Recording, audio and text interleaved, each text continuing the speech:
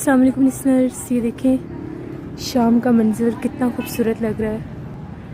अब मैं बर्ड्स को 2 दफ़ा दिन में पानी और खाना देने आती हूँ।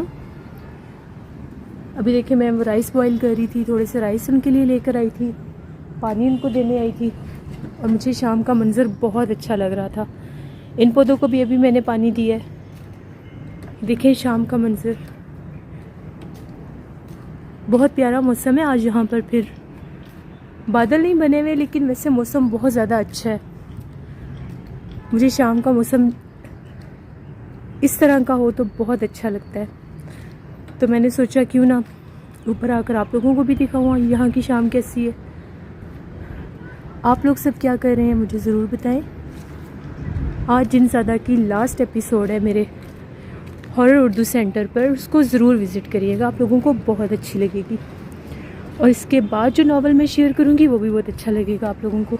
ये देखें सामने बच्चे पतंग उड़ा रहे हैं, प्लॉट में परिंदे इधर उधर उड़ रहे हैं, बहुत खूबसूरत मंजर है।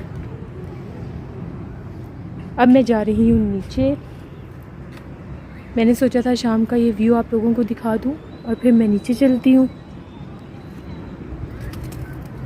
इंशाल्लाह शाम को मुलाकात होगी आप लोगों के साथ दोनों चैनल्स पर, खौफनाक कहानियों पर भी और हॉरर उर्दू सेंटर पर भी। अपना बहुत सा ख्याल रखिएगा। Thank you for watching, stay blessed, अल्लाह निगहबान।